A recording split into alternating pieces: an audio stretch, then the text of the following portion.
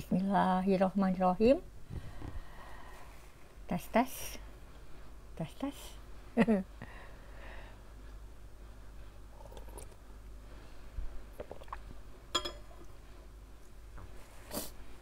Bismillahirrahmanirrahim. Assalamualaikum warahmatullahi wabarakatuh. Kembali bersama saya Hepzibah Bride of Elijah, Gayatri Wejatami Mutahari. Ini adalah sesi mendongeng yang ketujuh. Ayo bangun sahur yang biasa menonton live. Mari kita mulai dengan mendaraskan dari The Beloved and I.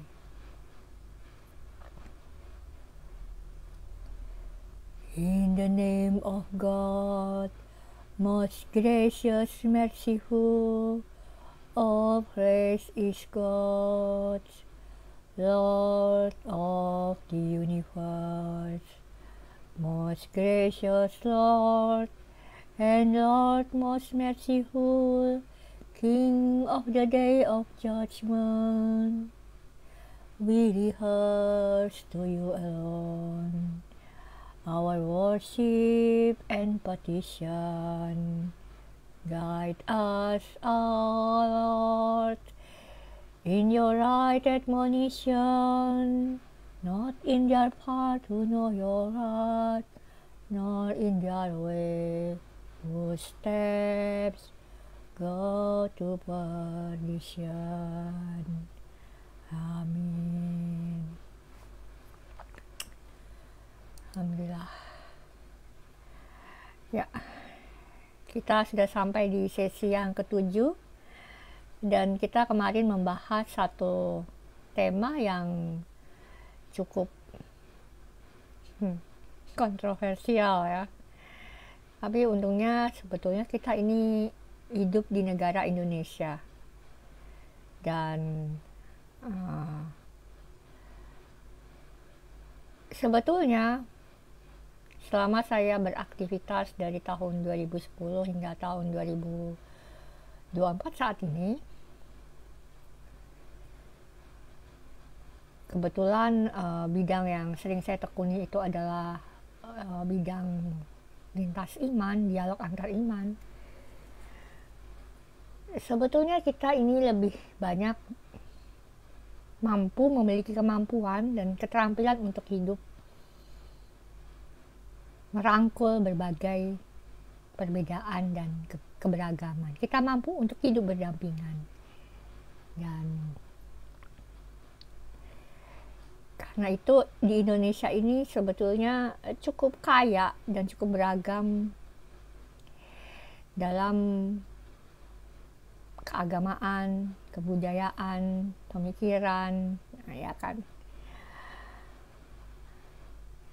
Yang karena itulah kita perlu terus menjaga dan memelihara itu ya.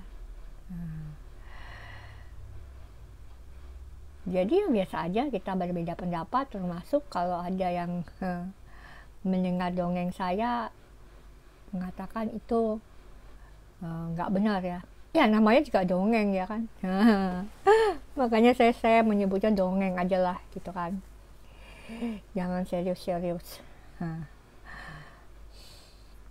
Walaupun dongeng ini tentu saja merupakan cara saya menarasikan sejarah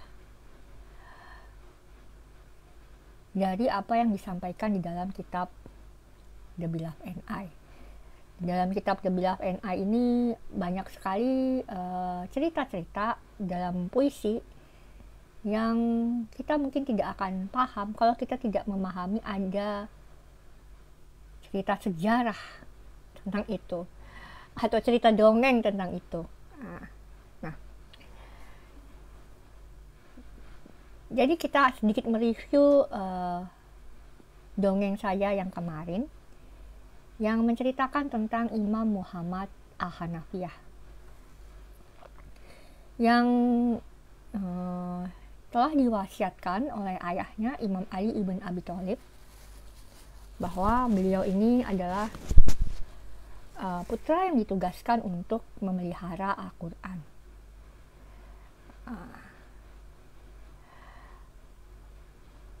Pertama yang ingin saya sampaikan di dalam dongeng ini sebelum kita membahas secara dongeng yang bersifat kesejarahan adalah kitab-kitab yang disampaikan oleh para nabi dan rasul di dalam pohon hayat, apapun di peradaban dunia ya, dan sekarang khususnya adalah peradaban di mana rumpun bahasa Semitik itu lahir ya. Tujuan dari transmisi itu adalah untuk mensyarahkan dongeng-dongeng, cerita-cerita yang populer.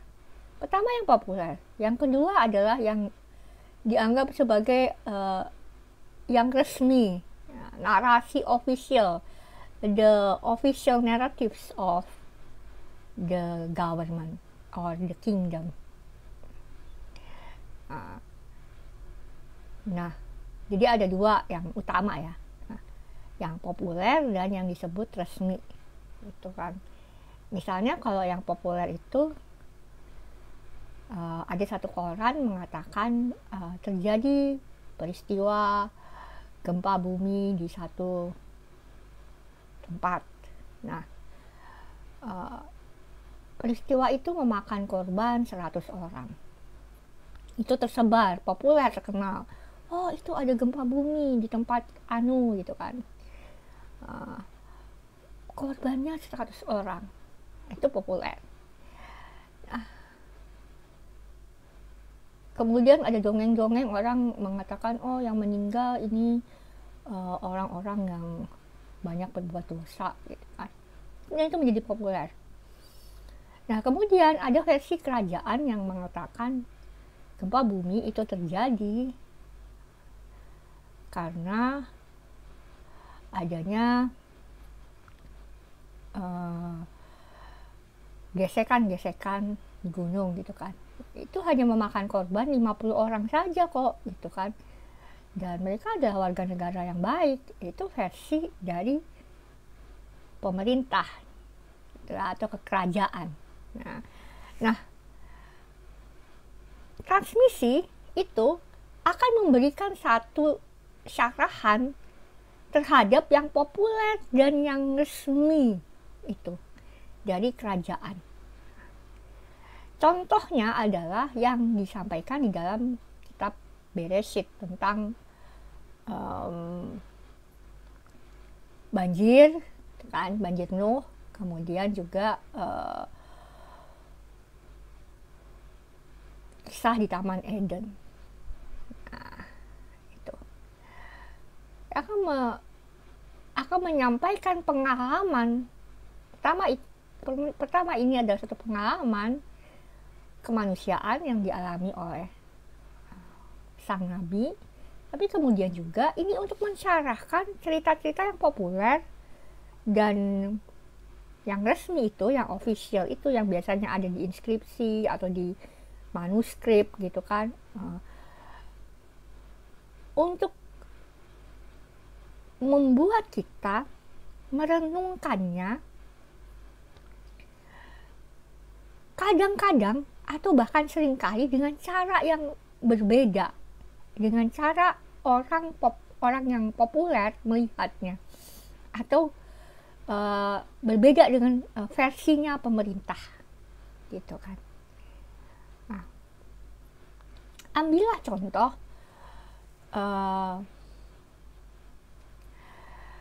kisahnya Nabi Nuh itu.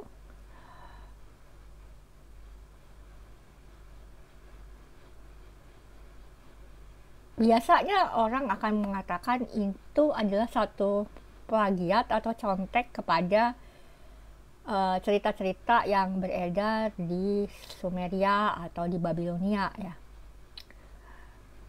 Ini satu cara pandang yang sangat imperialis. Seolah-olah orang itu nggak boleh berpikir kreatif, orang nggak boleh untuk melihat pengalaman hidup kemanusiaan dengan cara yang berbeda, dengan versi pemerintah dan dengan versi yang populer. Nah, itu ya, bahwa di dalam cerita Nabi Nuh itu kan sebetulnya ingin diarahkan kita kepada tauhid yang terutama ada satu kemanusiaan. Nah, itu sebetulnya itu. Tapi kalau di versi pemerintah mungkin ada yang muncul, misalnya ada dewa ini dan itu, misalnya menyelamatkan, menugaskan orang begini-begini. Coba kita perhatikan lagi ya dongeng-dongeng itu, kalau versi pemerintah bagaimana dan versi yang rakyat umum itu bagaimana. Nah, maka begitu juga hanya dengan Al-Quran. Jadi saya sering sebetulnya saya sering ketawa kalau melihat orang mengatakan seolah-olah di dalam Al-Quran itu orang misalnya orang yang beragama Kristen mengatakan kok di versi Al-Quran Yesus itu lahirnya di bawah pohon kurma, itu kan nggak benar gitu kan. Atau orang Islam juga kemudian, ya itu yang paling benar, versi Al-Quran yang paling benar. Enggak, itu bukan persoalannya, bukan persoalan itu benar atau salah, bukan soal historisitas, tetapi Al-Quran itu sedang mensyarahkan cerita yang populer atau cerita yang menjadi versi imperialis atau versi kerajaan atau versi yang dianggap resmi saat itu. Untuk orang memikirkannya kembali kepada kitohnya kembali tentang yang disampaikan oleh Yesus. Kalau yang populer saat itu mungkin adalah cerita di tempatnya Rasulullah, adalah cerita tentang Nabi Isa Al-Masih atau Jesus Christ lahir di gua, gak jauh dari pohon kurma. Nah, itulah yang disyarahkan oleh Al-Quran. Nah, jadi itu ya. Jadi walaupun Al-Quran atau Alkitab itu adalah satu kitab yang mengandung sejarah, tetapi mereka adalah bukan kitab-kitab sejarah. Ini harus bisa dibedakan. Ya.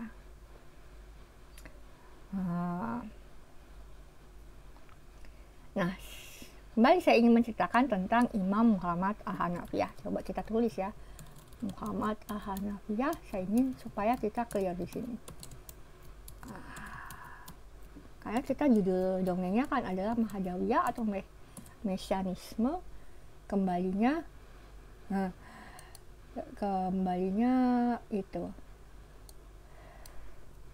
kaisannya. Maka kalau kita ngomongin kaisannya itu tidak mau kita akan membahas tentang Muhammad Al-Hanafiyah. Kok bisa sih muncul satu kelompok yang dinamakan Muhammad Al-Hanafiyah? Sebentar.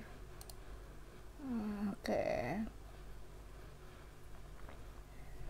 Jadi itu di bab berapa ya? Oke, ini saya ada menulis tentang Imam Ali ibn Abi Thalib dengan Imam Muhammad Al-Hanafiyah. Imam Ali ibn Abi Thalib itu juga kita kenal sebagai Imam Al-Murtada, ya, Imam Murtada. Nah, kemarin saya sudah membahas ya 4 dongeng yang terkenal yang biasanya beredar tentang Rajaah, kegaiban, dan kemudian Imam Mahdi. Bagaimana yang namanya seorang Imam Mahdi itu pertama kali muncul konsepnya itu pada zaman Imam Muhammad Al-Hanafiyah. Nah, terus saya juga mengatakan satu spekulasi bahwa beliau adalah reinkarnasi gitu kan dari Rasulullah. Nah, ini mungkin sangat kontroversial, jadi saya sebut saja spekulasi gitu kan. Dan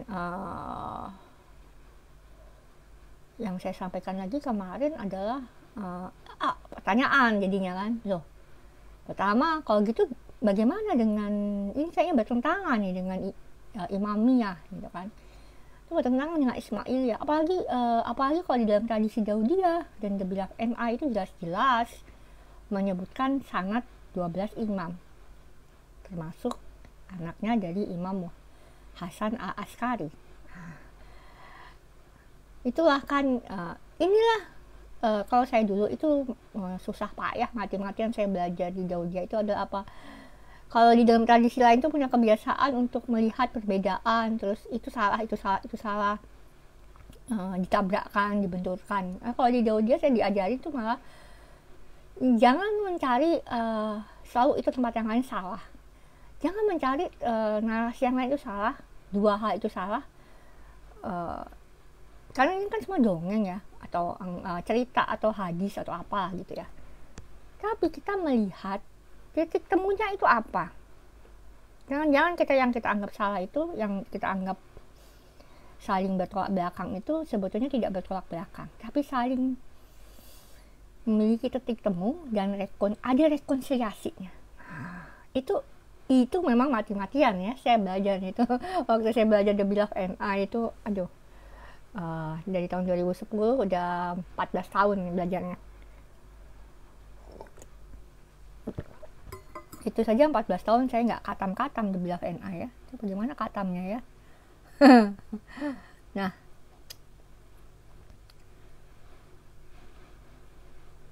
oke, saya sampaikan begini tentang Imam Muhammad Al-Hanafi ya. Dari berbagai wahyu ilahi sebelum Al-Quran maupun Al-Quran yang dibahas di dalam kitab The Beloved NI, saya memberikan beberapa penjelasan sebagai berikut mengenai Muhammad Al-Hanafiyah, Imam Muhammad Al-Hanafiyah, atau Sayyidina Muhammad Al-Hanafiyah. Saya menyebutnya imam karena dia seorang pemimpin, juga seperti Imam Ali Al-Sajjad. Pertama, meskipun secara biologis beliau adalah seorang putra dari Khawlah binti Ja'far, jadi beliau bukan putra kandung dari Fatimah Az-Zahra. Nah, tapi kalau kita melihatnya secara tradisi sampradaya parampara, dengan melihat lebih dalam lagi hadis-hadis, maka secara sanad beliau adalah putra Fatimah Az-Zahra. Jadi seluruh anaknya Imam Ali yang menerima transmisi dari Imam Ali adalah anak-anak dari Fatimah Az-Zahra. Bukan hanya itu, karena Imam Ali sendiri adalah anak angkat dari Muhammad Shallallahu Alaihi Wasallam, ya, begitu ya. Jadi di sini ocak, kalau dalam bahasa Turki ocak, atau dalam bahasa Bektasia itu ocak itu adalah tempatnya transmisi berlangsung. Jadi kalau ocaknya itu adalah ocaknya Hepzibah, ocaknya Gayatri, maka siapapun yang belajar menerima transmisi sanad dari saya itu adalah anak-anak saya, dan berarti adalah keturunan dari Syekh Ali Haidar. Ini secara silsilah adalah silsilah barokah. Kalau saya lupa siapa penulisnya ya. Jadi ada seorang sarjana barat yang menulis silsilah barokah, dia menyebutnya itu.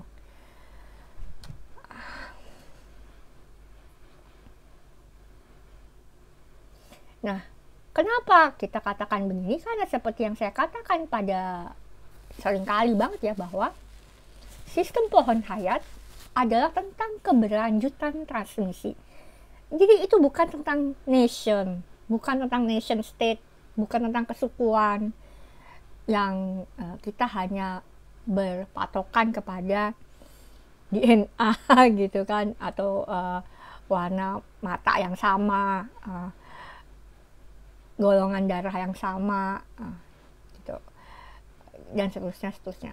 Enggak. Terus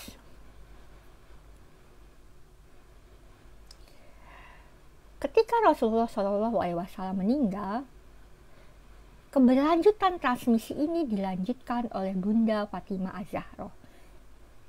Ini bukan hanya hak beliau atas tanah Fadak. Nah, kalau hak beliau atas tanah Padak itu sudah menjadi satu hal yang berdasarkan pada fikih atau hukum adat yang disampaikan oleh Nabi Musa Shallallahu Alaihi Wasallam. Ya, alaihi salam ya. Nah, ntar saya dimarahin kok Musa kok Shallallahu Alaihi Wasallam gitu kan. Musa alaihi salam. Kenapa gitu kan? Kalau di dalam fikihnya yang sudah disampaikan oleh Nabi Musa alaihissalam itu seorang perempuan yang menikah dengan satu klannya itu, maka keturunannya itu berhak untuk mewarisi dari bapaknya. Nah, jadi karena Fatimah menikah dengan Ali yang satu klan sama-sama Hashim gitu kan, dan sama-sama Qusay juga gitu kan, maka mereka keturunannya itu berhak mewarisi dari Fatimah Az-Zahra. Nah, jadi begitu ya. Jadi seluruh sanad itu berlanjut juga, kalau itu secara ekonomi, properti, ini juga secara transmisi. Nah, karena itu di dalam Al-Quran itu sengaja kan dikatakan kepada para murid, dan juga nanti akan dilanjutkan kepada muridnya murid gitu kan, bahwa Nabi Muhammad itu bukan bapak dari pria-pria di antara kalian gitu kan. Jadi itu maksudnya, ini menegaskan bahwa sanadnya beliau itu nggak turun kepada laki-laki manapun di antara kalian, tapi sanadnya kepada Fatimah Az-Zahra. Dan karena menikah dengan Imam Ali, dan Imam Ali adalah juga seorang para penerus, maka inilah siapapun yang menerima sanad dari mereka itu melanjutkan sanad Rasulullah. Jadi harus melalui mereka berdua. Gitu ya. Jadi ini satu hal yang mungkin gak akan dibahas lah oleh Habib Syekh Gus yang lain gitu. Ini hanya khas dibahas oleh The Beloved NI. Kedua, beliau digambarkan sebagai ini ya, ini Muhammad Al-Hanafiyah. Muhammad Al-Hanafiyah digambarkan sebagai kedua tangan sang ayah yang memegang pedang atau senjata di dalam berbagai hadis. Nah, ungkapan senjata atau pedang di dalam tradisi Daudiyah itu selalu menjadi penanda ataupun pertanda. Jadi ada dua hal kalau di dalam ilmu, kok saya tiba-tiba lupa namanya ilmu apa, penanda atau petanda, sign atau simbol ya, yang berkaitan erat dengan transmisi. Itu artinya tadi yang saya sampaikan, bahwa beliau ditugaskan untuk memelihara Al-Quran. Ini sebetulnya mirip ya sama tugasnya ada seorang nabi pada zaman Yosia apa, tiba-tiba Yosia kalau nggak salah. Namanya Huldah, dia seorang perempuan, dia seorang nabi perempuan. Nah, dia ini bertugas untuk Nabi Huldah itu tadi bertugas untuk memelihara Alkitab pada masa beliau ya, waktu itu masih Taurat ya, dan mungkin sebagian Zabur ya, yang dia memastikan ini kalau yang ini emang ayat-ayatnya Taurat, yang ini enggak gitu kan. Nah, kemudian dia seperti tugasnya itu seperti penyunting ya, editing gitu, editor. Nah, dia itu memastikan gitu kan. Nah, gitu Nabi Huldah itu. Ini lebih kurang mirip dengan tugasnya Muhammad Al-Hanafiyah ketika di Ocak. Nanti kan itu sudah agak jauh, nanti udah beberapa tahun dari meninggalnya Rasulullah, maka 30 tahun ya, 661. Berarti sudah ada banyak orang yang mungkin akan mengatakan ini wahyu Allah, ini wahyu Allah. Nah, Muhammad Al-Hanafiyah ini bertugas untuk memastikan, oh ini yang wahyu Allah, ini ada di Al-Quran, ini yang ada di Ocak Ahlul Bait. Nah, kalau yang ini nggak ada nih gitu. Lebih kurang seperti itulah ya. Nah, kemudian kalau di hadis-hadis itu kan Imam Hasan dan Imam Husain itu digambarkan sebagai kedua matanya Imam Ali.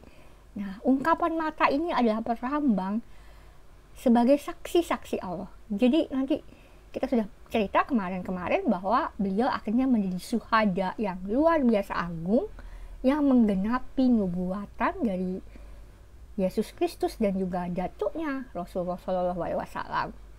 Nah, yang gugur dengan sangat tragis tapi syuhada yang agung. Nah, di samping itu, tradisi Daudiyah itu mengajarkan nama Hasan dan Husain itu berasal dari nama Hosen. Ya, Hosen itu ada pada zirah seorang hakim Israel. Hakim itu sebetulnya kalau di dalam tradisi Islam itu lebih sifatnya kepada seperti kadi, yang dia itu memiliki fungsi untuk menetapkan fatwa, kemudian mengatakan ini hukum Israel atau bukan dari Nabi Musa atau bukan. Itu tugasnya. Misalnya Deborah, perempuan, ini ada Maria taklid perempuan gitu kan. Itu Ehud, terus Samson dan seterusnya. Ada 12 yang terkenal. 12 juga ya. Gitu. Nah, sekarang ketika nama itu digunakan sebagai nama Hasan dan Husain yang artinya adalah keindahan, ya kan?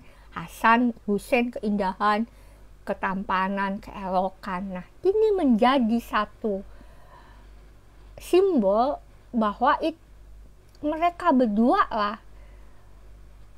keberadaan mereka berdua lah dan kematian mereka berdua lah itu untuk melihat siapakah yang benar-benar setia dan berada bersama Ahlul Bait Muhammad dan Ali. Ya, kita lihat itu dengan sangat luar biasa. Nah, ketiga,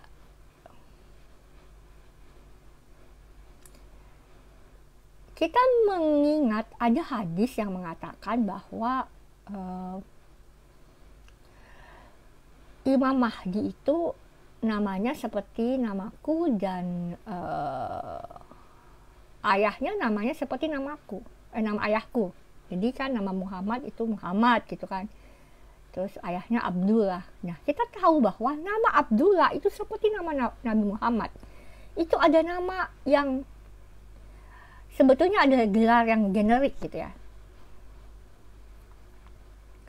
Mungkin nama lahirnya ayahnya Nabi Muhammad itu bukan Abdullah. Tapi ini satu gelar yang generik karena itu beliau sesungguhnya ayahnya beliau ini ada seorang yang sudah berbaiat kepada seorang musyrik sebelum adanya Rasulullah, dan beliau ada seorang murid dari tarekat rahasia yang biasanya disebut Hanif gitu kan, atau nama yang lain yang kemudian itu nanti baru coming out pada tahun 612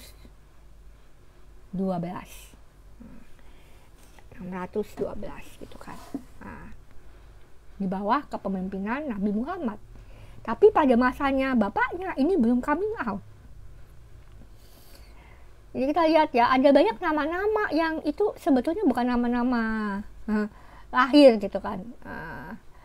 Ada nama Abdul Manaf, Abdul Uzza, Abdullah gitu. Ternyata misalnya namanya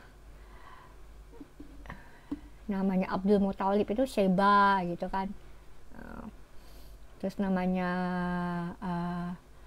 Qusay itu adalah Zaid gitu, dan seterusnya. Nah, jadi juga sama kan, saya cerita pada awal-awal kemarin itu Nabi Muhammad itu nama kecilnya adalah Ahmad atau Hamad gitu ya.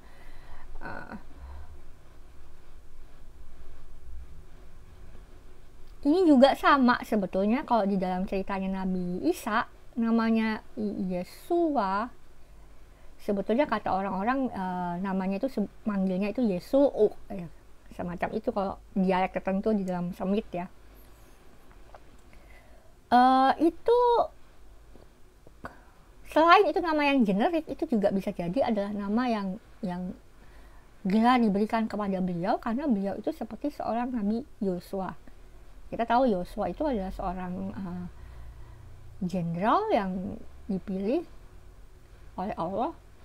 Kemudian Nabi Musa menetapkan untuk dia sebagai pelanjut gerakan Al-Islam, gerakan Isra, waktu itu namanya Bani Israel ya. Nah, jadi gerakannya Al-Islam pada masa Nabi Musa itu namanya Bani Israel. Tarekatnya nggak perlu ada nama ya, tapi anggaplah kalau kita mau kasih nama tarekat Al-Islam. Nah, begitu. Itu akhirnya kemudian menjadi nama yang digunakan sebagai nama Mesias itu ya. Jadi begitu. Nah, maka dengan adanya hadis itu nggak masalah kalau Imam Ali ibn Abi Thalib itu juga seorang Abdullah. Ada satu hadis yang mengatakan, saya pernah baca satu hadis begini. Ada seorang Arab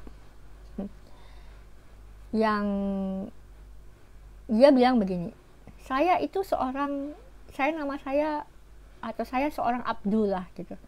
Terus sahabat-sahabat Rasulullah bilang, kita semua ini Abdullah gitu. Ya, ini menarik ya, karena kita semua hamba Allah. Saya seorang hamba Allah. Iya, saya semua juga hamba Allah gitu kan. Iya, lebih kurang kayak begitu gitu kan. Jadi kita perlu pikirkan lagi hadis-hadis seperti itu, karena kadang kita terfokus kepada satu identitas saja gitu kan, satu framework saja gitu kan.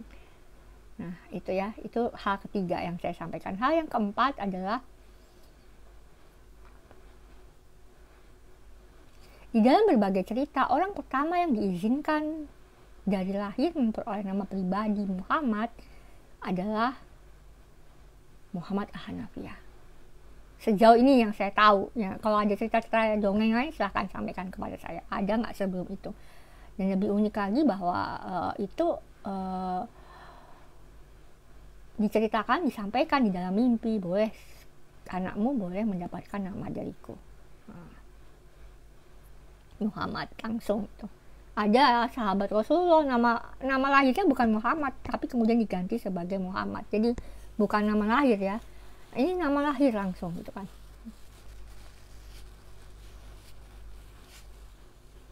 Terus ada juga kan kisah bahwa pernah terjadi satu perang antara Yamamah dengan pihak lain, saya nggak ingat apa.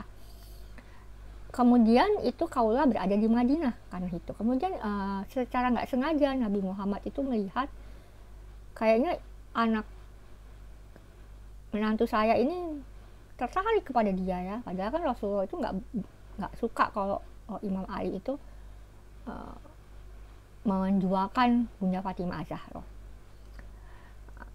Tapi kemudian Rasulullah malah bilang, ya nanti kamu suatu saat akan menikah dengan dia. Kita memahami hadis atau dongeng seperti itu kadang memiliki satu kode bahwa mungkin itu maksudnya adalah Rasulullah itu memberikan satu pesan kepada Imam Ali bahwa nanti kamu menyelamatkan dia. Akhirnya kan diselamatkan ya Kaula ini. Terus yang aneh itu kenapa Kaula gitu, jadi begitu banyak orang di Yamamah perempuan satu desa satu kota gitu kan, kenapa harus ya Kaula doang gitu loh yang diajukan kepada Imam Ali. Ini pasti sesuatu yang kalau kita di dalam tradisi spiritual ini bukan sesuatu yang asal-asalan aja gitu kan, enggak, ada sesuatu makna di balik itu.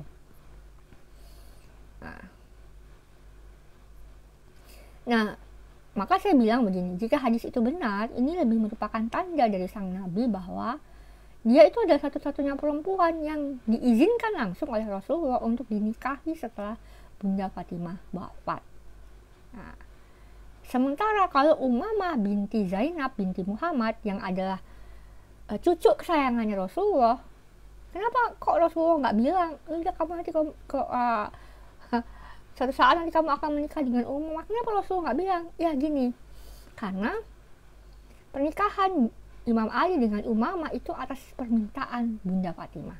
Nah, karena itu sama-sama satu keluarga.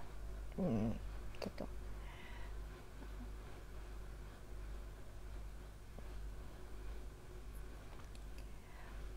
Terus saya juga menulis begini ya, kalau di dalam tradisi Jawa spiritual, dan ini saya rasa ada di berbagai dongeng, narasi, cerita di berbagai belahan dunia yang lain, kalau ada seorang lelaki yang dia itu seorang guru, seorang raja, pemimpin, kalau dia ingin menikahi seorang perempuan, itu tidak akan menikah dengan seorang perempuan yang sembarangan. Nah, saya ingat satu dongeng bagaimana Raden Mas Said itu menikah dengan seorang perempuan bernama Rubia, yang dia lihat memiliki satu aura, ya kan. Ketika dia ketiduran, mereka semua saat nonton rame-rame satu desa nonton wayang kulit gitu. Akhirnya dia mendatangi ayah dari Rubia yang tidak lain adalah kepala desa di situ. Nah, Rubia ini kemudian dikenal sebagai Raden Mataati, dan mereka menikah, dan inilah yang menjadi ibu dari para raja Mangkunegara. Ini aura. Kita tahu juga kalau yang agak vulgar itu kan kisahnya Ken Arok dengan Ken Dedes. Ini lebih kurang di berbagai belahan dunia kisah-kisah seperti itu banyak. Sehingga kisah pernikahan Nabi Muhammad dengan Khadijah pun begitu, kisah pernikahan Fatimah Az-Zahra dengan Imam Ali pun begitu. Nggak sembarangan orang menikah itu. Nah, itu lebih kurang seperti kalau di Jawa ada doktrin bibit bebek bobot. Gitu. Nah, kelima, Imam Muhammad Al-Hanifiyah itu punya kunya dari ibunya, klan ibunya. Jadi Al-Hanifiyah itu kan dari ibunya ya, bukan dari Imam Ali. Kenapa kok kasih nama itu gitu kan? Ini kenapa kok harus pakai nama klan ibunya gitu kan? Ada orang itu ya biasa aja untuk menandai gini ya. Saya tidak begitu sepakat ya bahwa itu sekedar untuk menandai, itu seolah nggak penting atau mempermudah. Kayak misalnya kalau di dalam teks Alkitab itu yang terkenal adalah kisah di Zabur, itu kisahnya anak-anak Nabi Daud. Satu-satunya putranya Nabi Daud yang dipanggil dengan nama ibunya itu adalah Adonia. Jadi Adonia ini dia melakukan apa ya namanya ya? Itu dia setelah Absalom dia mengklaim dia yang berhak menaiki tahta. Makanya dia kemudian berkelahilah ya dengan Nabi Sulaiman gitu kan. Dan kemudian di dalam cerita itu Adonia itu dipanggil sebagai putra Hajar, tapi Sulaiman nggak pernah dipanggil sebagai putranya Bathsheba. Absalom nggak pernah dipanggil sebagai putranya. Absalom itu putranya siapa ya, saya lupa. Istrinya 8, Nabi Daud itu banyak ya, saya nggak hafal semua nama istrinya. Ada Tamai, ada Hejla, banyak ya saya. Itulah kalau anak sejarah itu paling stres. Selalu banyak nama dan tahun yang harus diingat ya. Intinya seperti itu. Nah, menurut saya tanda ini itu satu rancangan bagi jalan hidupnya kelak. Jadi dia itu baik Al-Hanafiyah dapat dipahami sebagai kunya dari klan ibunya, atau klan tersebut adalah juga satu zawiyah atau eklesia. Kalau dalam bahasa Kristen itu eklesia. Eklesia itu selalu diartikan sebagai gereja, padahal itu artinya sebetulnya yang terpilih gitu kan. Jadi nama ini sebetulnya merujuk kepada TK-nya dia. TK itu zawiyah, pondok, atau eklesia tadi gitu kan. Jadi tempat berlangsungnya pendidikan. Kalau Ocak itu adalah tempat di mana ada rumah tangga menyampaikan transmisi, maka TK adalah tempatnya Ocak itu memberikan, tapi bisa jadi ada beberapa TK gitu. Misalnya ocaknya adalah ocak Hepzibah, kemudian ada beberapa TK, ada TK yang di Jakarta, ada TK yang di Surabaya, ada TK yang di mana. Itu saya memberikan transmisi kepada TK-TK itu. Ini lebih kurang seperti ini. Jadi sama seperti ini, maka Ahanafiyah itu maksudnya TK yang di bawah pengasuhan Imam Ali, yang sebelumnya ada di bawah pengasuhan Nabi Muhammad SAW. Jadi begitu ya. Nah, kemudian yang menarik yang keenam, yang keenam, Muhammad Al-Hanafiyah ini dilahirkan pada tahun 634 Masehi. Itu saya sudah cerita ya, tahun itu pada bulan September di Yerusalem terjadi suatu gempa bumi. Ini bisa dilihat. Ini bukan dongeng. Ini memang satu peristiwa bersejarah yang terjadi dan bisa dicek di Google, di satu web yang merilis berbagai kejadian gempa bumi dari tahun per tahun yang pernah terjadi di Yerusalem, Suriah dan sekitarnya. Nah, karena sekarang ilmu geologi kan sudah sangat maju, jadi sudah mengetahui gitu kan, tahun demi tahun terjadinya gempa bumi, dan bisa dicek juga skalanya kira-kira berapa gitu kan. Nah, gitu. Jadi itu ya penanda. Nah, sekarang yang lahir tahun 634 Masehi itu selain Muhammad Al-Hanafiyah adalah saudaranya dari Umamah yang bernama Muhammad Al-Ausat, dan sayangnya beliau itu meninggal dalam peristiwa Karbala.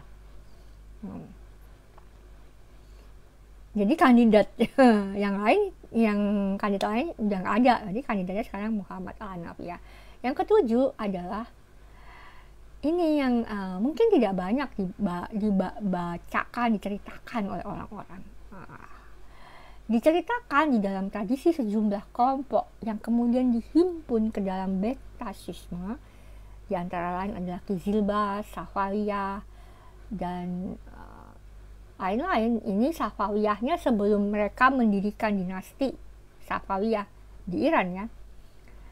Nah, itu ada satu cerita turun-temurun yang menceritakan begini. Imam Hussein itu menggenggam dalam lengan saudaranya Muhammad Al-Hanafiyah. Dan dia kemudian meminta seorang pendekar. Pendekar itu kalau di dalam bahasa Turki atau Arab itu ayah ya. Namanya Umar ibn Umayyah. Dia bilang kepada Umar ibn Umayyah, kamu harus melindungi saudaraku ini. Karena aku akan pergi ke Kufah dan saudaraku ini sedang sakit. Dan dia itu Muhammad Al-Hanafiyah, saudaraku ini, aku tugaskan untuk menjaga saudara kami yang tidak dapat ikut di dalam rombongan kami. Nah, sekarang kamu bertugas menjaga dia. Nah, jadi ada dongeng ini. Nggak tahu saya apakah pernah diceritakan oleh orang-orang lain, gus-gus, syekh yang lain. Ini hanya khusus di Bektasisme. Ya, kemudian Umar itu nggak lama setelah terjadinya Karbala, dia kembali itu mencari-cari Imam Muhammad Al-Hanafiyah. Tapi beliau menghilang. Kok bisa menghilang gitu kan? Nah, cerita semacam ini rupanya cukup terkenal di kalangan berbagai kelompok Bektasisme. Beberapa orang menafsirkannya sebagai keimamahan yang berhenti wakfa pada saat beliau. Jadi cerita itu yang kemudian ini sebetulnya agak anakronistik kalau ini ya, ini namanya dongeng ya, itu mungkin pada tahun 700 Masehi ini kok hilang gitu kan. Sementara itu berbagai kelompok Bektasisme itu tidak jarang yang menyandarkan sanad mereka kepada Imam Muhammad Al-Hanafiyah sebelum kepada Imam Al-Husain dan Imam Al-Hasan. Jadi sanadnya kelompok-kelompok itu, Bektasisme itu, setelah Imam Ali Al-Sajjad itu Imam Muhammad Al-Hanafiyah, kemudian Imam Husain, kemudian Imam Hasan, kemudian Imam Ali ibn Abi Thalib dan Fatimah Az-Zahra. Jadi itu sanatnya umum begitu di situ. Ternyata begitu. Nah, ini saya aja setelah beberapa tahun jadi seorang Daudiya itu saya baru tahu gitu kan. Begitu. Nah, tahun abad ke-16 itu terjadi perang sipil tahun 1524 hingga 1536 yang berhasil diakhiri oleh orang yang bernama Shah Tahmab. Susah amat namanya nih, Shah Tahmazb. Nah, jadi dia adalah putra Shah Ismail. Jadi Shah Ismail ini adalah seorang pendiri dinasti Safawiyah. Dan dia orang yang sangat dihormati dan dianggap sebagai waliullah oleh orang-orang Kizilbas, orang-orang Alewi, orang-orang Bektashi gitu ya. Nah, itu sangat dihormati. Tetapi anaknya yang bernama Shah Tahmab sini kemudian mengumpulkan semua orang yang satu sanat ini dengan Bektashi wali ini dikendalikan sehingga identitas yang ditekankan adalah Husainiyah Musawiyah. Dan aliran resmi kekaisaran mereka adalah versi yang rasionalis Imamiyah. Nah, jadi ini pada masa Shah Tahmab. Jadi bukan pada masa Shah Ismail. Nah, karena itulah sejak masa dinasti Safawiyah itu pada zaman Shah Tahmab itu Shah Tahmazb. Ini gimana ngomongnya itu ya? Itu kabarnya kemudian banyak orang di wilayah Persia menjadi Syiah Imamiyah. Yang kalau dia namanya sesat-sesat gitu. Nah, begitu ya. Tapi ketika ini sudah dipadatkan, dijadikan imperialis konsensus, ya kan ini berarti sudah jadi imperialis konsensus dong. Safawiyahnya udah jadi kerajaan, terus jadi imperialis konsensus.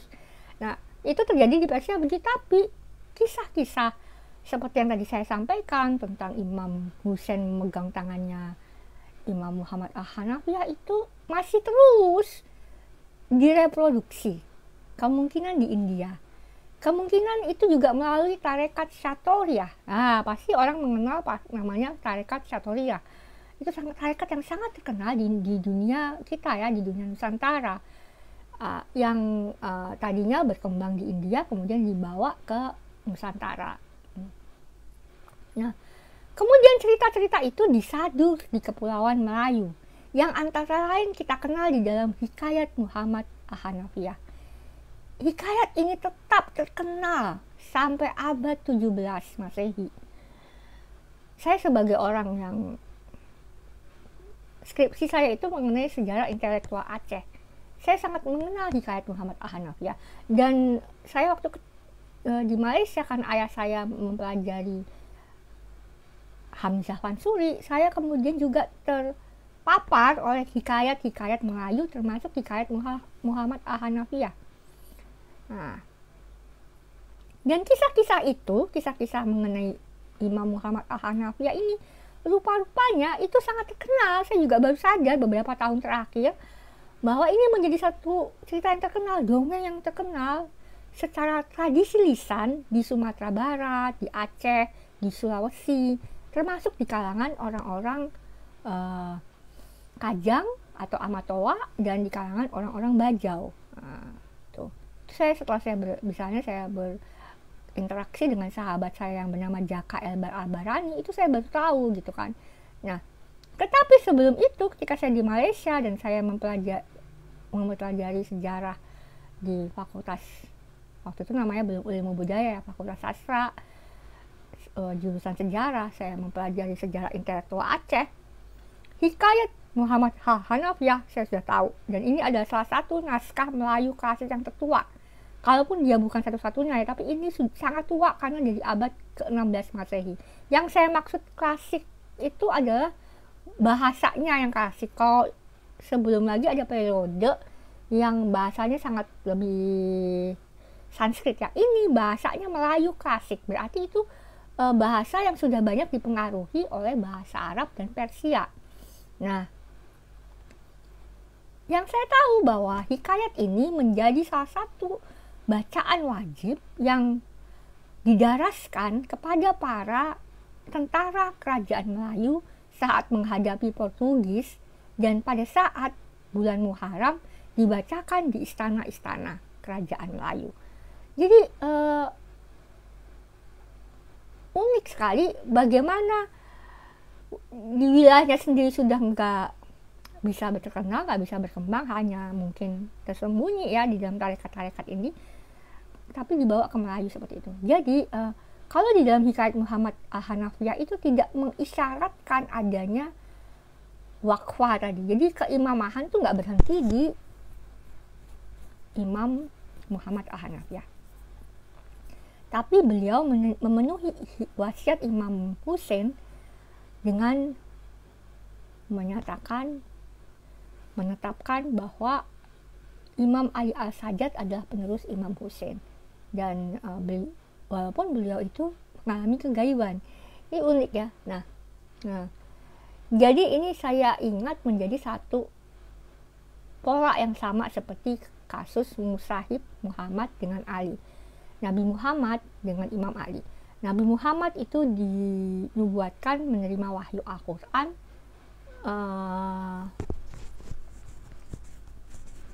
dan menyampaikannya.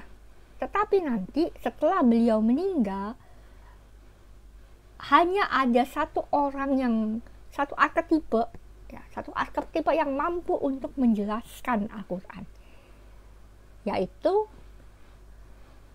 dari Imam Ali dan sanadnya beliau. Jadi ini, ya, maka ini sama juga dengan kasus Muhammad Al-Hanafiyah, bahwa beliau itu bertugas memelihara Al-Quran, ya, beliau menjaga Al-Quran, melakukan hal yang sama seperti Nabi Yahudah pada masa lalu. Tetapi yang mampu untuk menyampaikan transmisi itu tetap dari sanadnya Imam Ali Al-Sajjad, yang berlanjut kepada Imam Muhammad Al-Baqir, kemudian kepada Imam Ja'far Al-Shadiq, dan seterusnya. Ya, jadi begitu. Jadi polanya Muhammad Ali tetap begitu.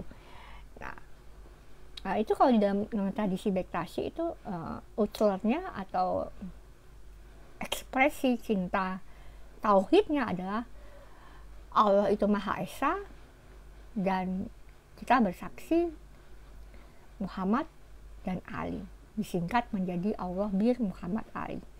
Nah, begitu.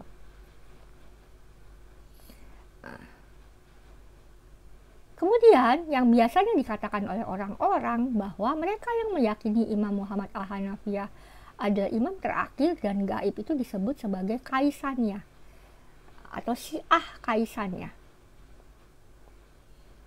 Dan Syiah kaisannya ini sudah nggak ada lagi di zaman sekarang. Pada zaman ini udah nggak ada. Katanya nggak ada ya. Tapi saya sengaja nulisnya kembalinya kaisannya. Tapi kita itu bisa merevisi. Jangan-jangan kita itu salah memahami kaisannya gitu loh. Karena mungkin kita tidak betul-betul mengkaji dan mendalami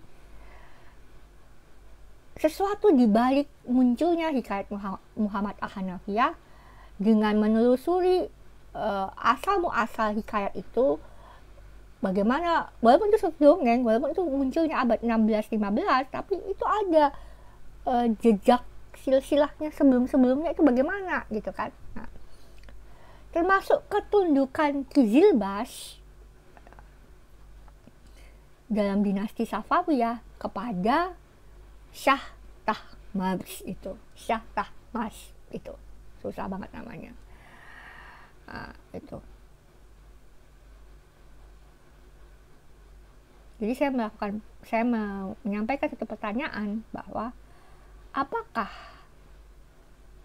Hikayat Muhammad Al-Hanafiyah itu lahir dari kelompok semacam Qizilbash, atau bagaimana? Apakah Hikayat Muhammad Al-Hanafiyah adalah lahir dari kelompok semacam Qizilbash dan Safawiyah yang kemudian mereka menerima kendali Shah Tahmasp, dan apakah mereka rela dianeksasi ke dalam identitas imamiyah yang rasional, yang sangat rasional itu kan, atau identitas Husainiyah Musawiyah yang sedemikian kaku melihat, dengan semata-mata karena kekalahan politik pada masa itu. Ini satu pertanyaan dalam dongeng kesejarahan yang saya tidak perlu jawab, tapi ini yang menjadi penting untuk kita melihat bagaimana kemudian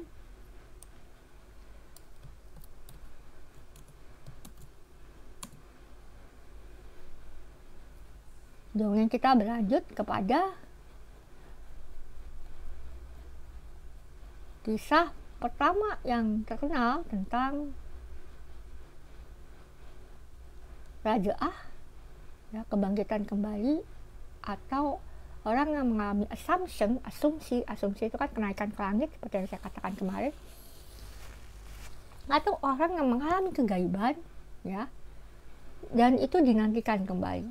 Ini mendahului kisah yang terjadi kepada Imam Muhammad Al-Baqir, Imam Ja'far, Imam Ismail, Imam Musa Kazim, dan Imam Muhammad Al-Mahdi Ibn Hasan Al-Askari.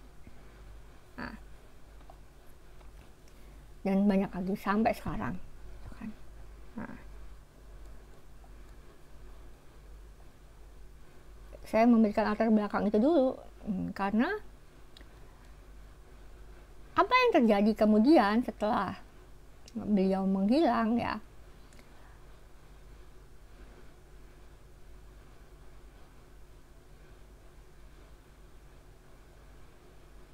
tahun 702 Masehi Imam Ja'far As-Shadiq lahir. Nah, jadi 3 tahun atau 2 tahun setelah beliau menghilang, ini lahir seorang tokoh yang sudah dinubuatkan di dalam kitab Wahyu, pasal 10. Dia lahir dari seorang perempuan bernama Ummu Farwa binta Al-Qasim. Dan ini adalah perempuan yang masih cicitnya Abu Bakar. Sebabnya orang-orang Sunni kalau berantem sama orang Syiah, ya Imam Ja'far aja ibunya adalah cicitnya Abu Bakar. Gimana sih kalian orang Syiah itu, gitu kan? Ya unik gitu. Ini kan banyak orang yang nggak tahu ya bahwa mungkin banyak orang nggak tahu tentang itu perdebatan orang Sunni dan Syiah yang lucu-lucu. Kalau menurut saya lucu, dan saya juga suka yang lucu-lucu. Saya suka terlibat kelucuan itu sendiri. Saya suka juga debat. Biar hidup itu seru, gitu kan. Jangan monoton. Nah, itu 702 Imam Ja'far lahir. Tahun 705, kira-kira 3 tahun kemudian, Abdul Malik meninggal. Nah, saya sampaikan kemarin bahwa pemerintahan Abdul Malik dan Yusuf Al-Hajjaj itu adalah satu penggenapan nubuat yang ada di dalam kitab Wahyu 9, dan saya sering menyebut mereka sebagai Abaddon. Nah, mereka itu sudah mulai berhasil menguasai Eropa, ya, dengan Musa ibn Nusair itu. Nah, sekarang Abdul Malik meninggal, digantikan oleh Al-Walid I, anaknya. Nah, nanti itu sampai tahun 715, jadi 10 tahun, 2 periode presiden. Ini juga menggenapi nubuatan sangkakala ke-6, yaitu Wahyu 9 ayat 13 hingga 21. Nah, pada masa Al-Walid ini, ya, Umayyah itu sudah menguasai Spanyol tadi yang saya cerita, dan Sind ini berarti India, ya. Nah, dia sudah menguasai India, jadi sudah mulai banyak orang di India itu akhirnya juga memeluk Islam. Nah, pada masa pemerintahan Al-Walid inilah kabarnya dia memerintahkan agar Imam Ali Al-Sajjad itu diracun, atau orang oligarkinya lah, gitu kan. pokoknya pada masa Al-Walid itu, entah siapa, entah Al-Walid atau orang yang lain gitu kan, Imam Ali Al-Sajjad itu akhirnya meninggal.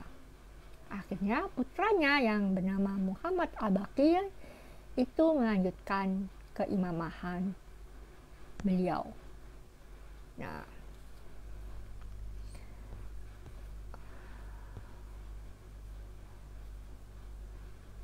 kita akan berhenti di sini dan Al-Walid digantikan oleh putra Abdul Malik yang lain yang bernama Sulaiman. Nah, karena nanti ceritanya itu adalah cerita tentang salah seorang khalifah Umayyah yang mungkin bisa menjadi satu antidot, penawar racun gitu kan, atau obat atau apa ya. Kita selama ini mungkin melihat segalanya itu nggak bagus gitu ya dari Umayyah, tapi nanti setelah ini ada satu yang mungkin nggak selamanya itu hitam putih, jelek buruk gitu kan. Nah, okay. Begitu dulu dari saya.